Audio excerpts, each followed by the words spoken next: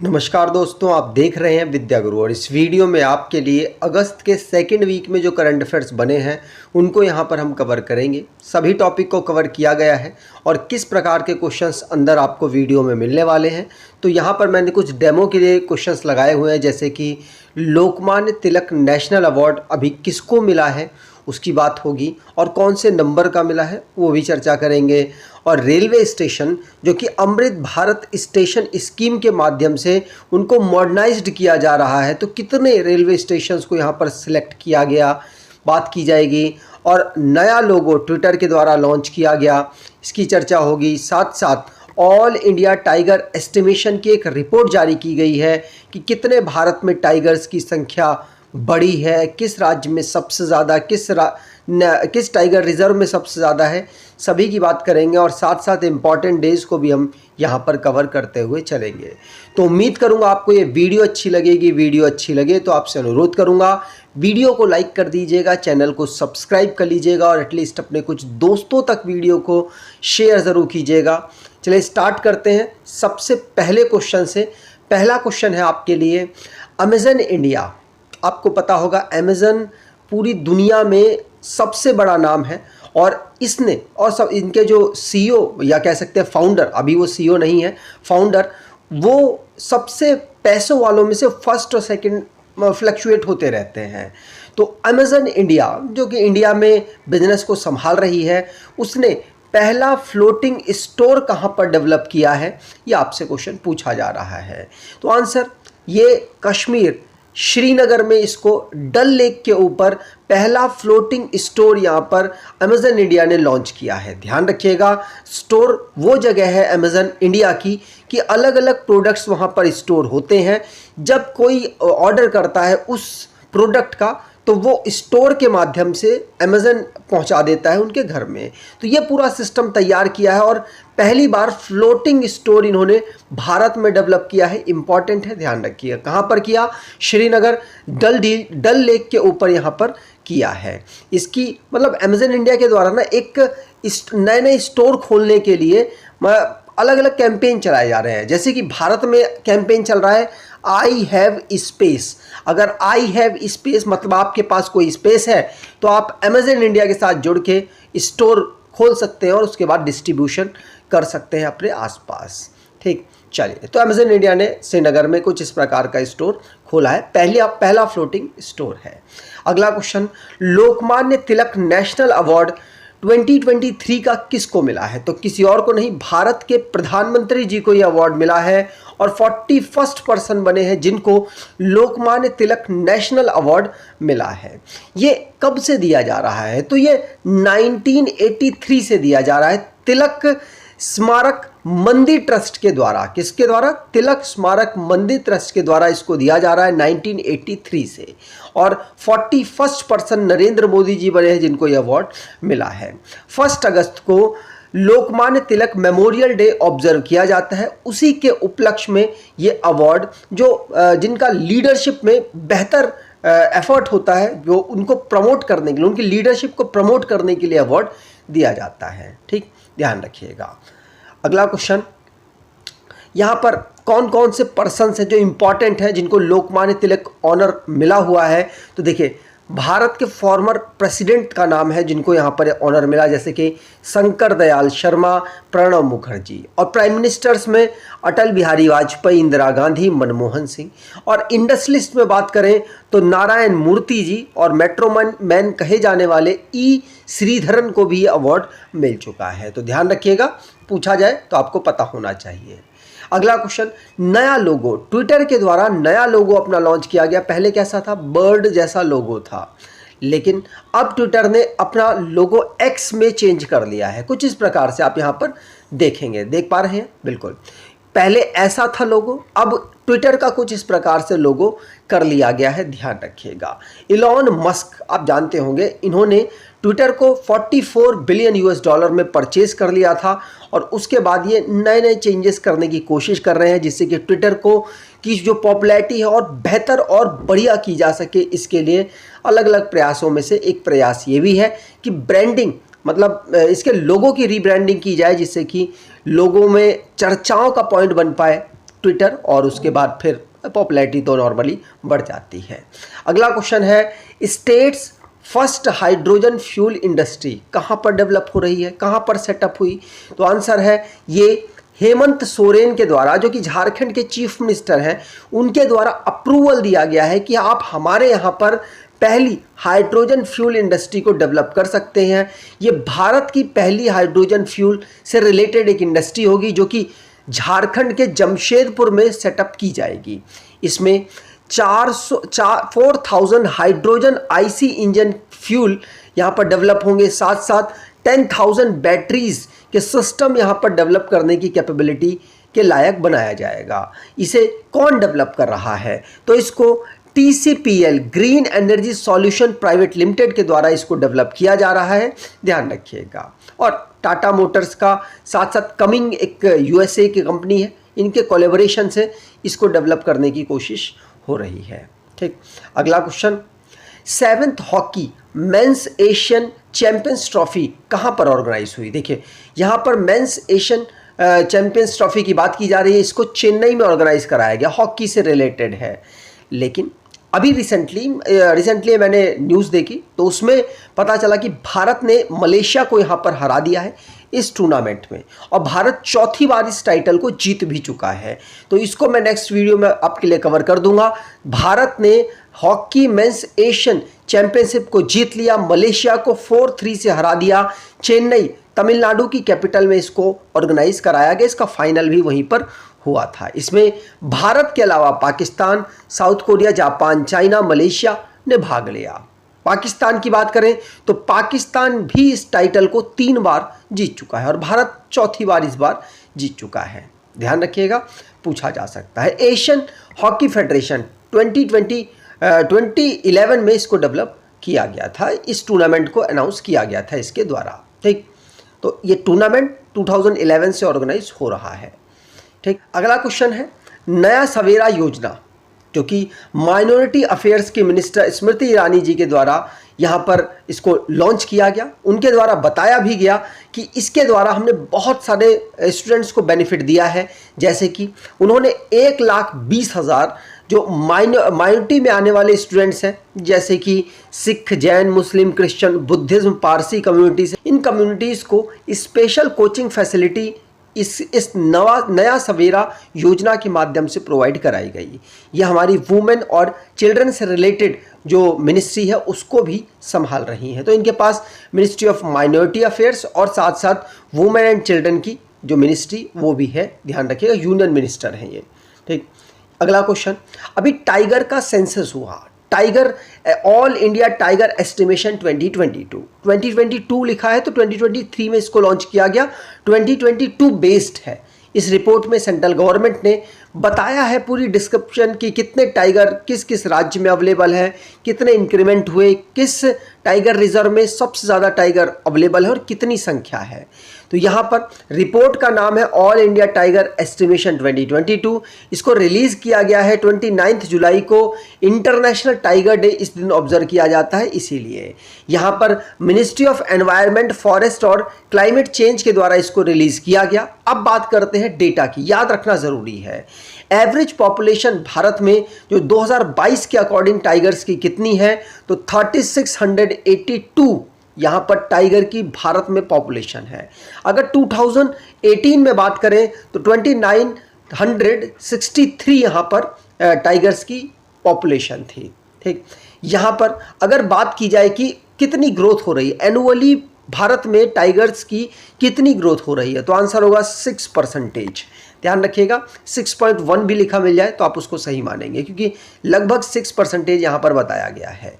ठीक, और मैंने पॉपुलेशन तो आपको बता ही दी, और किस स्टेट में सबसे ज़्यादा है तो ये तो पूछने की ज़रूरत नहीं है। मध्य प्रदेश में सबसे ज़्यादा टाइगर्स की पॉपुलेशन है, कितनी, 785 यहाँ पर पॉपुलेशन है टाइगर्स की। दूसरे पर कर्नाटका, तीसरे पर उत्तराखंड और चौथे पर महाराष्ट्र आता है। अगर किसी टाइगर रिजर्व की बात करें तो सबसे ज़्यादा टाइगर किस रिजर्व्स में है, तो कॉर्बेट जो कि उत्तराखंड में है उसमें 260 टाइगर यहाँ पर ऑब्जर्व किए गए। बांदीपुर जो कि कर्नाटका में है इसमें 150, नगरहोल कर्नाटका में है 141, और बांधवगढ़ मध्य प्रदेश में 135 और दुधवा उत्तर प्रदेश में इसमें भी 135 टाइगर्स ऑब्जर्व किए गए इस रिपोर्ट के अकॉर्डिंग। ध्यान रखिएगा, ये डेटा इंपॉर्टेंट है, एक बार लिख लीजिएगा, 2-3 बार रिवाइज करेंगे, याद हो जाएगा। अगला question, study in India portal को किसके द्वारा लॉन्च किया गया? तो स्टडी इन इंडिया मतलब एजुकेशन से रिलेटेड है, तो भारत के एजुकेशन मिनिस्टर इसमें शामिल है। और स्टडी इन इंडिया मतलब बाहर से बुलाया जा रहा है कि भाई आ जाओ हमारे यहाँ पर स्टडी करो। तो एजुकेशन मिनिस्टर के साथ साथ हमारे इसमें एक्सटर्नल अफेयर्स के मिनिस्टर, विदेश मंत्री भी शामिल हैं, एस जयशंकर साहब। तो यहाँ पर धर्मेंद्र प्रधान जी जो कि हमारे एजुकेशन मिनिस्टर हैं और external affairs minister S Jaishankar साहब जी के द्वारा दोनों ने मिलकर इसे स्टडी इन इंडिया पोर्टल को लॉन्च किया, जिसमें जो बाहर के मतलब इंडिया से बाहर के जो स्टूडेंट्स हैं उनको प्रमोट किया जाएगा कि आप हमारे यहाँ पर आकर पढ़ें और हमारे यहाँ की एजुकेशन से अपनी जो एजुकेशन है कंप्लीट करें। वो स्टूडेंट्स को प्रमोट करने के लिए और साथ साथ उनके वो किस तरीके से अप्लाई कर सकते हैं इस पोर्टल के माध्यम से उनको जानकारी प्राप्त हो जाएगी। ठीक, यहाँ पर आप दोनों को देख सकते हैं। अगला क्वेश्चन, इंडिया के नंबर 1 चेस प्लेयर कौन बन गए जिसने विश्वनाथन आनंद को पीछे छोड़ दिया फिडे लाइव रैंकिंग में? तो आपको बता दूं, इंडिया के तो ये नंबर 1 बन गए लेकिन दुनिया में 9th पोजीशन पर रहे हैं। इनका नाम है गुकेश डी, ये 59th नंबर के ग्रैंड मास्टर थे, ध्यान रखिएगा। और ये इस समय पर भारत के मतलब फिडे लाइव रैंकिंग में विश्वनाथन आनंद को इन्होंने पीछे छोड़ दिया और भारत के नंबर 1 प्लेयर और दुनिया में 9th पोजीशन पर पहुंच गए थे। विश्वनाथन आनंद 10th पोजीशन पर थे, ध्यान रखिएगा। तो गुकेश डी जो कि 17 साल के ग्रैंड मास्टर हैं और 59th नंबर के ग्रैंड मास्टर और ये विश्वनाथन आनंद को पार करने वाले पर्सन बने हैं, तो इसलिए इंपॉर्टेंट है, ध्यान रखिएगा। ठीक, चलिए आगे बात करें। यहाँ पर आप देख पाएंगे जैसे पहले पोजीशन पर तो कोई दिक्कत नहीं, मैग्नस कार्लसन है, बहुत ही फेमस प्लेयर है, नॉर्वे के हैं। और भारत की बात करें तो नीचे आप देख सकते हैं गुकेश डी, यहाँ पर आप देखेंगे गुकेश डी को जो कि भारत के हैं और विश्वनाथन आनंद भी भारत के हैं, 9th और 10th पोजीशन पर अवेलेबल है। और गुकेश डी भारत के सभी प्लेयरों में से नंबर 1 पर है, इसी की बात यहाँ पर की जा रही थी, हो सकता है आपसे क्वेश्चन पूछ लिया जाए। अगला क्वेश्चन, यूनियन गवर्नमेंट जिसने अपग्रेड किया है ऑयल इंडिया लिमिटेड को किस तरीके से? देखिए, भारत सरकार ना मतलब हमारी जो इस समय फाइनेंस मिनिस्ट्री है वो क्या करती है, जो भी जैसा परफॉर्मेंस कर रही है कंपनी मतलब फाइनेंशियली और अपने परफॉर्मेंस से वो कितना बेहतर कर रही है उसको अलग अलग कैटेगरीज में डिवाइड किया जाता है। जैसे कि महारत्न आपने सुना होगा, नवरत्न सुना होगा और मिनी रत्न कंपनियां सुनी होंगी। मिनी रत्न में भी दो कैटेगरी यहाँ पर होती हैं, एक तो मिनी रत्न 1 और एक मिनी रत्न 2। तो यहाँ पर 3 कैटेगरीज मेनली हम यहाँ पर देखते हैं। महारत्न से आपके लिए क्वेश्चन आता है, तो ऑयल इंडिया लिमिटेड को अब महारत्न कंपनी की दर्जा दे दिया गया। मिनिस्ट्री ऑफ फाइनेंस जिसको संभाल रही हैं निर्मला सीतारमन जी। कौन? निर्मला सीतारमन जी, ध्यान रखिएगा।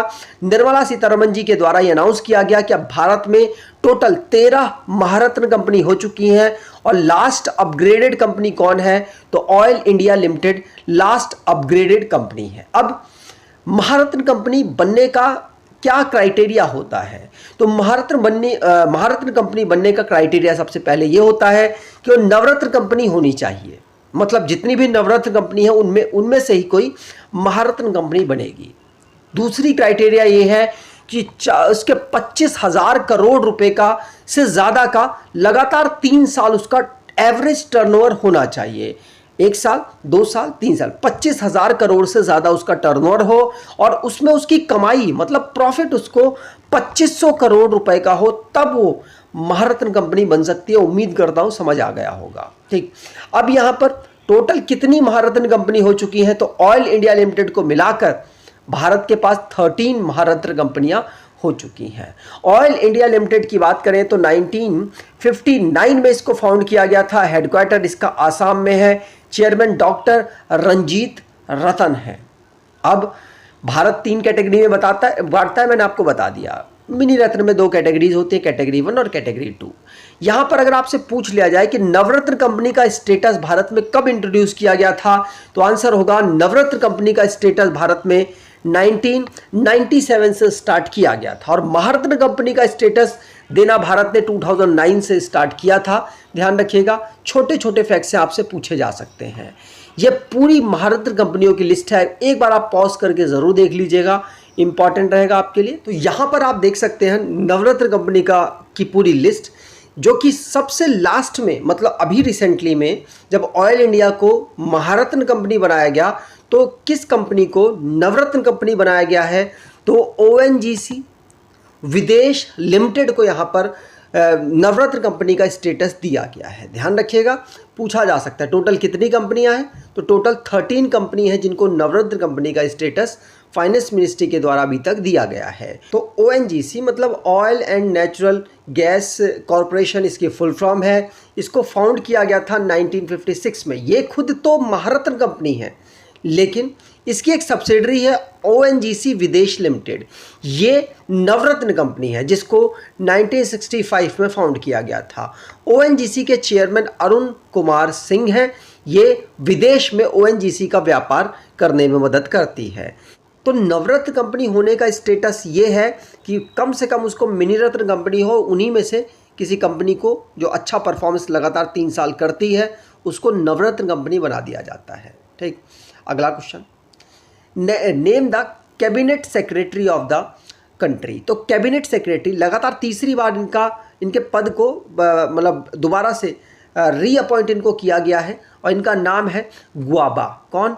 गौबा साहब। ध्यान रखिएगा, राजीव गौबा ये भारत के कैबिनेट सेक्रेटरी हैं। पिछली बार भी मतलब 2019 से लगातार ये भारत के कैबिनेट सेक्रेटरी के पद पर काम कर रहे हैं और ये हाईएस्ट ब्यूरोक्रेट की पोजीशन होती है सारे ब्यूरोक्रेट्स में से। अब ये 2024 तक भारत के कैबिनेट सेक्रेटरी के रूप में काम करेंगे।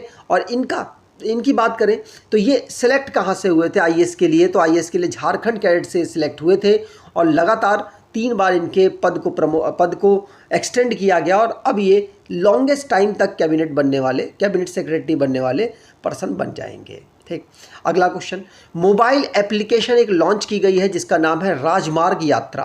राजमार्ग यात्रा जो कि national highway authority of India के द्वारा लॉन्च की गई है, जिससे कि जो भी हाईवेज की ट्रेवलिंग है उसको और आसान बनाया जा सके।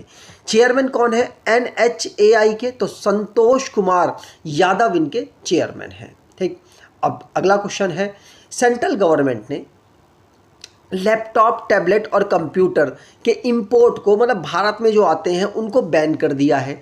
और कब से वो बैन लग जाएगा? तो 31 अक्टूबर तक तो आप मंगा सकते हैं, लेकिन 1 नवंबर से ये बैन लग जाएगा, मतलब आगे शिफ्ट कर दिया गया है। इसमें कुछ छूट भी दी गई हैं, जैसे मान लीजिए आप 20 लैपटॉप लेकर आते हैं किसी और देश से तो आप ला सकते हैं, लेकिन अगर आप कोई रिसर्च के लिए लाते हैं तो भी आप ला सकते हैं। अगर आप नॉन परचेज, आप आकर बेचेंगे नहीं, यहाँ पे भारत में बेचेंगे नहीं, तो आप 20 लैपटॉप तक खरीद के ला सकते हैं, कोई इशू नहीं पड़ेगा। मतलब आपको थोड़ी सी छूट दी गई है लैपटॉप और टैबलेट और कंप्यूटर्स को परचेज करने में दूसरे देशों से, इंपोर्ट करवाने में दूसरे देशों से। पर्सनल यूज़ के लिए अभी भी अवेलेबल रहेंगे, बस आपको जाकर लाना पड़ेगा। ठीक, चलिए आगे बात करें। तो यहाँ पर ये जो ऑर्डर है ये किसने दिया था? तो ये directorate general of foreign trade के द्वारा ये ऑर्डर दिया गया। उनके द्वारा ही बताया गया कि पर्सनल यूज़, रिसर्च और डेवलपमेंट के लिए आप अभी यूज़ कर सकते हैं और 20 आइटम पर पर्सन एक बार में वहाँ से लैपटॉप या फिर जो भी ये इलेक्ट्रॉनिक प्रोडक्ट्स हैं जो यहाँ मेंशन किए गए हैं वो लाए जा सकते हैं, इंपोर्ट किए जा सकते हैं। इनसे ज़्यादा नहीं लाए जा सकते। अगला क्वेश्चन, 92 ईयर हिस्ट्री में अभी तक वर्ल्ड आर्चरी चैंपियनशिप में भारत को गोल्ड नहीं मिला था। यहाँ पर वुमेन्स कंपाउंड टीम ने 92 ईयर के पूरे टूर्नामेंट में पहली बार ऐसा हुआ है कि भारत को गोल्ड मेडल मिला है। और इस चैंपियनशिप को, वर्ल्ड आर्चरी चैंपियनशिप को 1931 से ऑर्गेनाइज कराया जा रहा था। इस बार जर्मनी की कैपिटल बर्लिन में ऑर्गेनाइज कराया गया और यहीं पर भारत को वुमेन्स कंपाउंड टीम के द्वारा गोल्ड मेडल दिलाया गया। यहाँ पर इन तीनों को आप देख सकते हैं। तो अब ये ओलंपिक के लिए क्वालिफाई कर गए जो पेरिस फ्रांस में ऑर्गेनाइज होगा। वर्ल्ड आर्चरी चैंपियनशिप की बात कर लें तो ये 4-4 साल में ऑर्गेनाइज होता है। पहली बार भारत को यहाँ पर गोल्ड मिला है।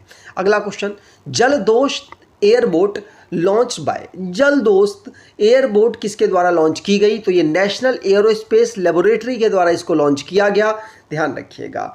जल दोस्त एयरबोट ये एक प्रकार की नौकाया है कुछ इस प्रकार की, जो कि आपको ट्रैवलिंग करने में आसानी प्रोवाइड कराएगा। अगला क्वेश्चन, इंडियन रेलवे और आईआईटी मद्रास के द्वारा एक जॉइंट एमओयू साइन किया गया, जिसमें 5G टेस्ट बेड को डेवलप किया जाएगा। इंडियन रेलवे जो कि सिग्नलिंग के पर्पस से इस टेक्नोलॉजी को डेवलप करवाने की कोशिश करेगा, क्योंकि अपने सिग्नल और टेलीकम्युनिकेशन वाले सिस्टम को बेहतर करने की यहाँ पर कोशिश रहेगी। अभी रिसेंटली में आपने सुना था कि उड़ीसा और कई जगह पर रेलवे में एक्सीडेंट्स वगैरह हुए हैं, तो कई टेक्नोलॉजी इश्यूज रहे, जो कि डिले ऑफ द सिग्नल और बहुत सारी चीज़ों पर डिपेंड करता है कि एक्सीडेंट हुए होंगे। तो रेलवे आईआईटी मद्रास के साथ 5G टेस्ट बेड को डेवलप करने की यहाँ पर कोशिश करेगा, जिससे कि जो उनके सिग्नल और टेलीकम्युनिकेशन का सिस्टम है वो और बेहतर हो सके। ये जो इंस्टीट्यूट ऑफ सिग्नल इंस्टीट्यूट और टेलीकम्युनिकेशन रेलवे का कहाँ पर है? तो सिकंदराबाद में अवेलेबल है, ध्यान रखिएगा। ठीक, आगे बात करें तो अगला क्वेश्चन है, गवर्नमेंट ऑफ इंडिया ने विदेश से जो भारत में मेडिकल के लिए आना चाहते हैं उनके लिए एक स्पेशल वीज़ा लॉन्च किया है। वो वीज़ा है आयुष वीज़ा। आयुष वीज़ा की कैटेगरी में अगर आप कोई फॉरेनर हैं और आप भारत में आकर भारत की जो चिकित्सा पद्धति है उसके माध्यम से इलाज कराना चाहते हैं, तो आप इस वीज़ा के माध्यम से आ सकते हैं। और मिनिस्ट्री ऑफ होम अफेयर्स के द्वारा इस नए प्रकार के वीज़ा को लॉन्च किया गया, जो कि भारत में आयुर्वेदा, योगा, नेचुरोपैथी, यूनानी सिद्धा और होम्योपैथी को प्रमोट करने की कोशिश की जाएगी। ठीक, अगला क्वेश्चन, अमृत वृक्ष आंदोलन ऐप किसके द्वारा लॉन्च की गई? तो अमृत वृक्ष आंदोलन ऐप, जिसमें 1 करोड़ सैंपल्स जो वृक्ष के होंगे वो डिस्ट्रीब्यूट किए गए, और उसको यहाँ पर डिस्ट्रीब्यूशन के साथ साथ ये ऑब्जर्व किया जाएगा कि लगाया गया है कि नहीं, बस ऐसे ही ले जाकर फेंक दिया गया है। तो इससे स्टेट में फॉरेस्ट कवर को एनकरेज करने और बढ़ाने की कोशिश की जाएगी। 33% से ज़्यादा स्टेट में जो फॉरेस्ट कवर है उससे ज़्यादा करने का यहाँ टारगेट रखा गया है, और आसाम गवर्नमेंट के द्वारा ही अमृत वृक्ष आंदोलन ऐप को लॉन्च किया गया, ध्यान रखिएगा, जिससे कि ग्रीन इकोनॉमी को स्टेट में डेवलप किया जा सके। ठीक, चलिए आगे बात करें तो अगला क्वेश्चन है, नए प्राइम मिनिस्टर कंबोडिया के कौन बन गए हैं? तो कंबोडिया के अभी तक प्राइम मिनिस्टर इनके पिताजी थे, इनका नाम था हुन सेन, और अब बन गए हैं हुन मानेट। हुन सेन ने अभी रिसेंटली में ही इस्तीफा दिया है, जिससे कि उनके पुत्र यहाँ पर प्राइम मिनिस्टर बन सके। हुन मानेट अब नए प्राइम मिनिस्टर बन गए, और कंबोडिया के जो किंग हैं नोरोडोम सिहामोनी, इनके द्वारा इनको शपथ या अपॉइंटमेंट किया गया, ध्यान रखिएगा, पूछा जा सकता है। और कंबोडिया की बात करें तो साउथ ईस्ट एशिया की एक कंट्री है, याद रखेंगे, पूछा जाएगा तो आपको पता होना चाहिए। यहाँ पर हुन मानेट को आप देख सकते हैं। अगला क्वेश्चन, रेलवे स्टेशंस को मॉडर्नाइज किया जा रहा है, जिसमें अमृत भारत स्टेशन स्कीम के माध्यम से 508 रेलवे स्टेशंस को सिलेक्ट किया गया, और इसमें 25,000 करोड़ रुपए का इन्वेस्टमेंट होगा, और इन स्टेशंस को मॉडर्नाइज्ड बनाया जाएगा, और बेहतरीन तरीके से जो सुविधाएं हैं वो देने की यहाँ पर कोशिश की जाएगी। लेकिन ये स्कीम का नाम याद रखिएगा, अमृत भारत स्टेशन स्कीम, इस स्कीम के माध्यम से स्टेशंस को मॉडर्नाइज किया जाएगा। ठीक, कुछ इस प्रकार से अलग अलग स्टेशंस को बनाने की कोशिश की जाएगी।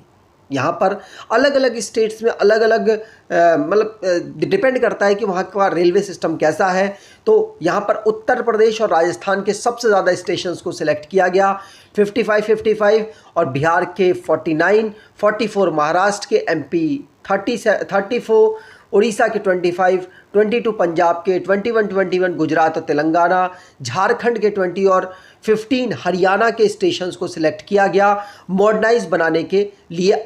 अमृत भारत स्टेशन स्कीम के माध्यम से इन स्टेशंस को मॉडर्नाइज किया जाएगा, ध्यान रखेंगे।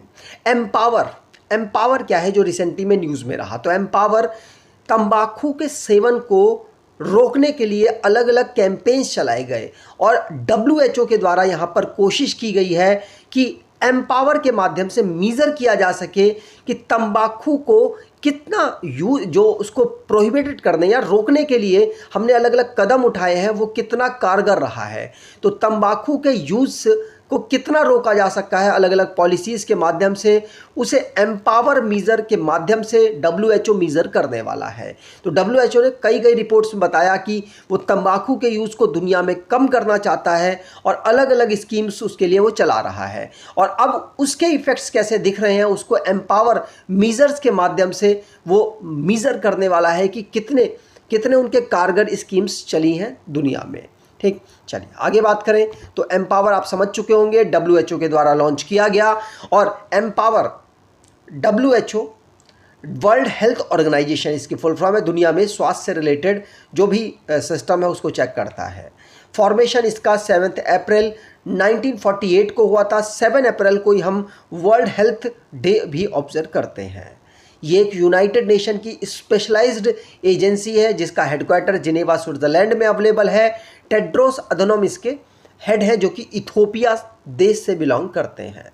अगला question, water tourism and adventure sports policy 2023 किस स्टेट के द्वारा अप्रूव की गई? तो उत्तर प्रदेश कैबिनेट ने अप्रूव की है world tourism and adventure sports policy.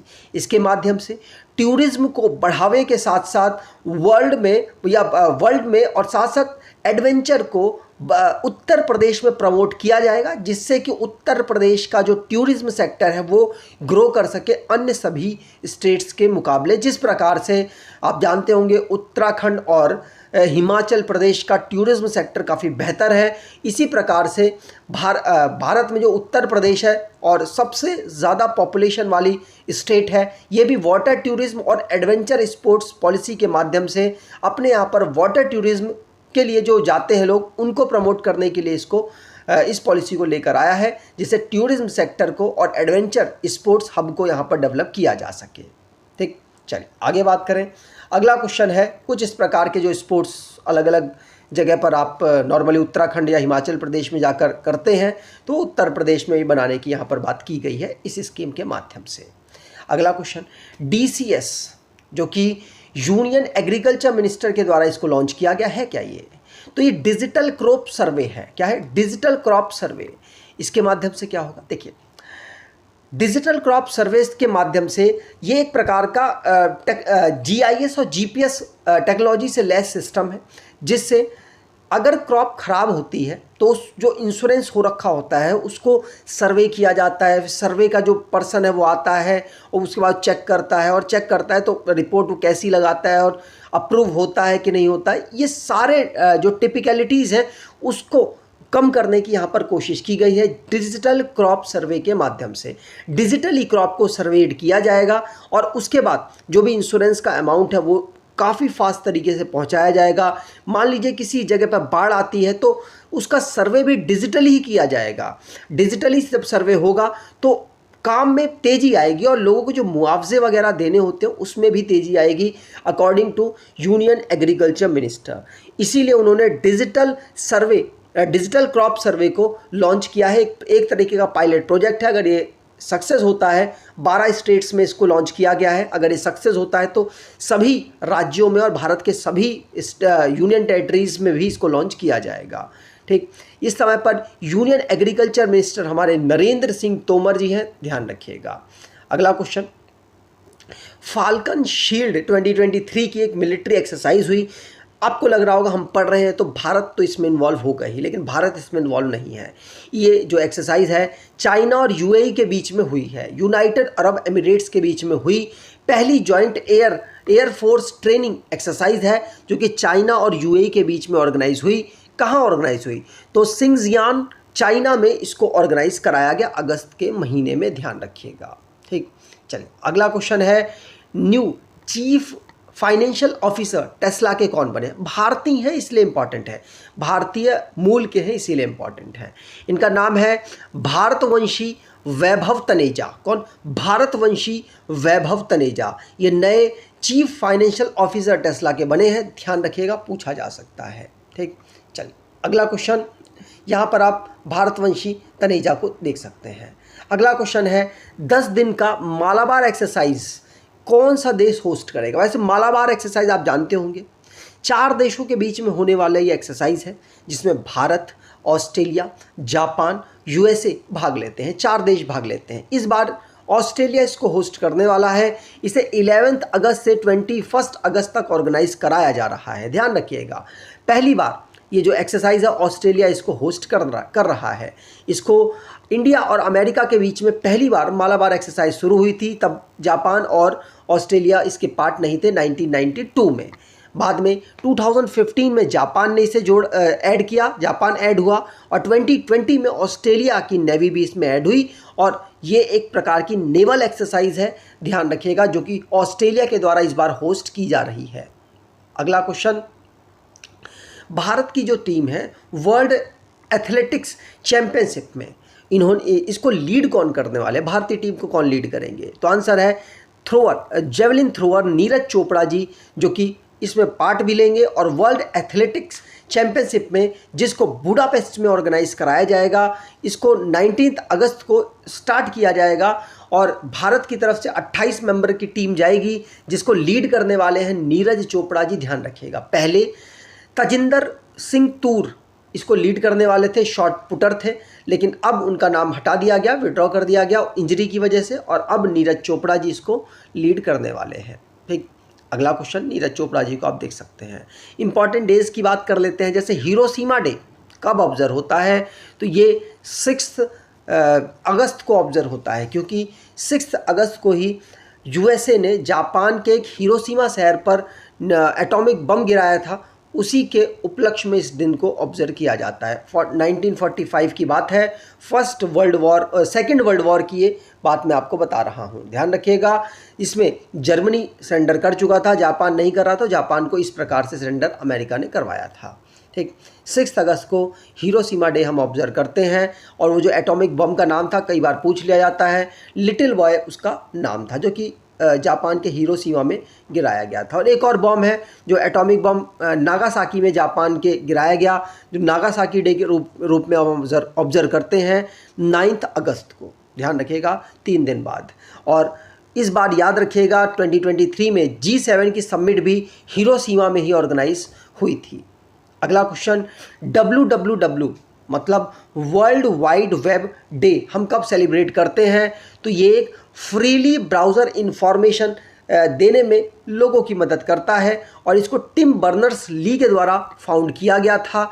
इसको हम ऑब्जर्व कब करते हैं? तो आंसर 1 अगस्त को हम ऑब्जर्व करते हैं। 1989 में इसको डेवलप किया गया था, बर्नर्स ली के द्वारा, मतलब लॉन्च किया गया था। ठीक, मुस्लिम वुमेन राइट डे हम कब ऑब्जर्व करते हैं?